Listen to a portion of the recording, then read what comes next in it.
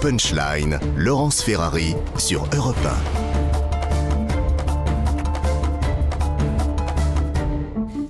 Et bienvenue à tous et à toutes si vous nous rejoignez à l'instant sur Europe 1 et sur CNews pour Punchline. Le président Macron a donc décidé de prendre la parole à 20h ce soir, de sortir de son silence après le second tour des législatives. Le chef de l'État qui a reçu toutes les formations politiques, elle est à la recherche d'un improbable consensus à l'Assemblée nationale, alors que vous le savez, il n'a pas obtenu la majorité suffisante pour gouverner.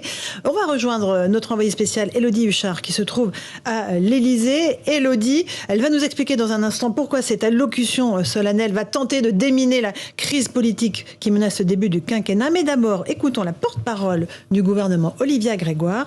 Rien n'est exclu, selon elle, tout est même possible.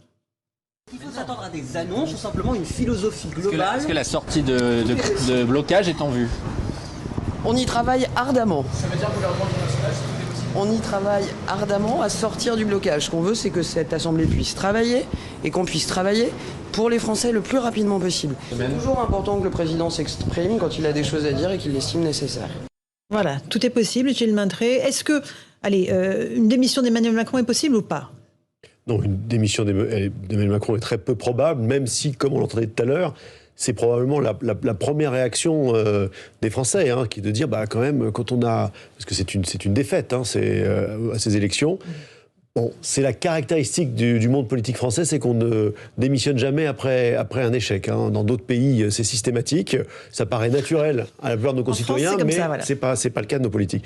Non, ce soir, il faut s'attendre à ce que, bien sûr, Emmanuel Macron fasse preuve un peu d'un exercice d'humilité. On sait qu'il sait le faire. Il l'a fait après les Gilets jaunes.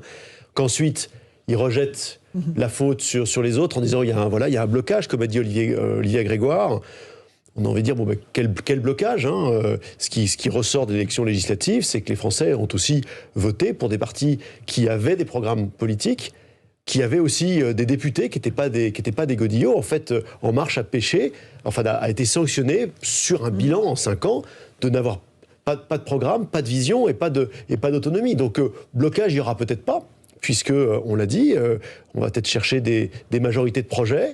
Il y a un parti, les Républicains, qui a tout de suite dit qu'il ne voudrait pas bloquer les institutions, qui serait constructif, mais à condition que ça soit... qu'on respecte son programme. Sur leur ligne. Oui, mais ça tombe bien. Leur ligne est celle qui a été largement reprise pour le peu de programmes qu'il y avait pour la présidentielle d'Emmanuel Macron. Donc il y a probablement là de quoi passer. Alors, aller jusqu'au bout. Karim a raison. Il va se poser très vite la question de savoir quel est le Premier ministre pour conduire ça. Et j'ai envie de dire, évidemment, Elisabeth Borne vient de la gauche. Si on veut gouverner, si on veut faire passer des majorités de projets avec LR, c'est compliqué. Puis surtout quelqu'un qui n'a pas de culture parlementaire. Et on aurait presque dit, tiens, finalement, Édouard Philippe en 2022, ça aurait été un bien meilleur choix qu'Elisabeth Borne, qui aurait peut-être été un très bon choix en 2017. Donc là, il y aura un peu d'ajustement à faire. Régis Le Sommier est avec nous, vous êtes grand reporter. Moi, je pense que les Français sont très heureux de la situation. En réalité, ils l'ont voulu, ils l'ont souhaité, ils l'ont voté. Ils voulaient que le président n'ait pas la majorité, ils voulaient qu'il soit obligé de composer, et ils voulaient qu'il agissent et qu'il agisse dans leur intérêt. Je pense que oui, ce message est tout à fait exact. Je pense aussi à le fait que l'élection d'Emmanuel Macron était un peu spéciale. On a un peu toujours tendance à l'oublier, à dire... Et lui-même l'a oublié. Vous m'avez élu largement, maintenant ça y est, c'est reparti, etc.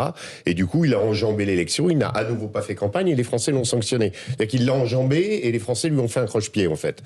Et donc, il s'est cassé la figure. Et en fait, le problème, je pense, globalement, et c'est là où ça va être intéressant ce soir de regarder ce qui va se passer. Le discours d'Emmanuel Macron est peut-être le plus important de ce début de quinquennat, plus que on va mettre de côté l'histoire du tarmac ou devant les soldats, parce que c'était dans un contexte spécial. Et puis le président après, avait choisi de faire campagne à distance avec Jean-Luc Mélenchon. C'était peut-être pas très habile et visiblement ni pour l'un ni pour l'autre ça n'a porté chance. Mais je crois que moi j'aime pas cette expression fendre l'armure. On l'utilise assez souvent, mais c'est vraiment ça. Je pense que est-ce qu'il est capable de voir les Français et de dire vraiment j'ai compris, ou est-ce que ça va rester un président prisonnier de sa culture, prisonnier de son éducation d'une certaine façon, et incapable et aveugle face aux souffrances des Français qui sont aujourd'hui réelles. Je regardais l'autre jour, il y a quelqu'un qui expliquait, je regardais quelqu'un qui disait, qui était, je ne sais plus dans quelle émission, mais je pense que c'était sur France 3 Région, qui expliquait qu'il avait voté Marine Le Pen, il était en train de faire son plein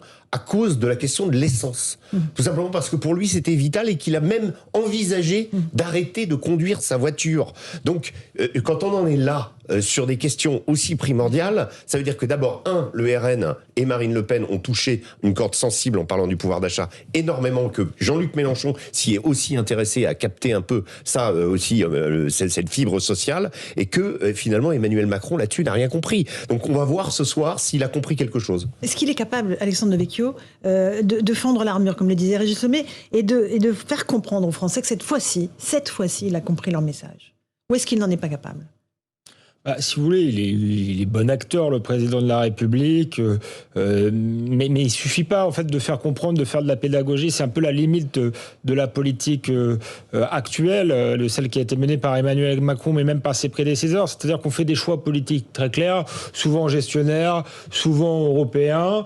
On appelle ça les réformes, et on dit en fait les Français ils comprennent pas les réformes. Il suffit d'être pédagogue pour qu'ils acceptent. Non, en réalité, il y a quand même des choix politiques différents, des visions différentes qui s'affrontent. Donc maintenant, il faut qu'il essaye. Il y a une Assemblée nationale avec différentes visions, et son travail, c'est avec ces différentes visions, d'essayer de trouver un chemin, un consensus, peut-être de réconcilier justement cette France avec des gens très différents, qui est très très fracturée. Donc il suffira pas d'un discours. Ensuite, il sait s'exprimer, mais un discours ne suffit pas. Maintenant, il faut des actes politiques. Alexandre Devecchio, journaliste au Figaro. Karim Zerebi, qu'est-ce qu'il peut dire le président? Je pense que son verbe ce soir tournera autour de l'humilité et des preuves de cette humilité. La première preuve, j'ai entendu votre message. Vous ne m'avez pas donné une majorité absolue. J'en prends acte. Il sera difficile de gouverner. Et pour ce faire, j'ai tendu la main aux oppositions. Et je le ferai durant tout mon quinquennat. Et je vous le dis, je veux que le pays avance. Je veux le réformer. Mais je ne pourrai pas le faire seul. Et je ne souhaite pas le faire seul. Donc, je proposerai des alliances de projets aux forces politiques en présence qui seront au sein de l'Assemblée nationale. Je ne réitère pas aujourd'hui ma volonté de gouverner tout seul. Et je pense que le président va vouloir ce soir poser des actes d'humilité et gagner un peu de temps. Parce que tout ça est quand même très frais. Donc, dimanche, les Français ont voté. Nous sommes mercredi, ça fait 3 jours. Et effectivement, il a refusé la démission de sa première ministre, Elisabeth Borne. Il veut gagner du temps. Il est dans la discussion, à la fois avec des proches, Édouard Philippe, François Bayrou, qui sont des politiques et qui composent aussi la force ensemble, la force Renaissance, avec Horizon d'un côté, le Modem de l'autre. Mais il va nouer des passerelles avec peut-être des personnalités issues que des Républicains. Et il va essayer, le président, de prendre la température au cours de ces prochains jours. Même s'il est à l'étranger, il le fera à distance, il missionnera les uns, les autres, pour faire en sorte de savoir si à un moment donné, il pourra proposer des majorités de projets. Et je crois que la question de la démission, elle ne vient pas à l'esprit du président. Il ne peut pas partir ce soir, Karim. Concernant, c'est, à mon avis, une question qui est inenvisageable. Les Français ont élu Emmanuel Macron président de la République. Ce qu'ils n'ont pas fait, c'est qu'ils ne lui ont pas donné une majorité absolue à l'Assemblée. Et c'est de ça dont il doit prendre acte. La vraie question qui se pose au président, c'est, à un moment donné, sera-t-il obligé de dissoudre l'Assemblée ?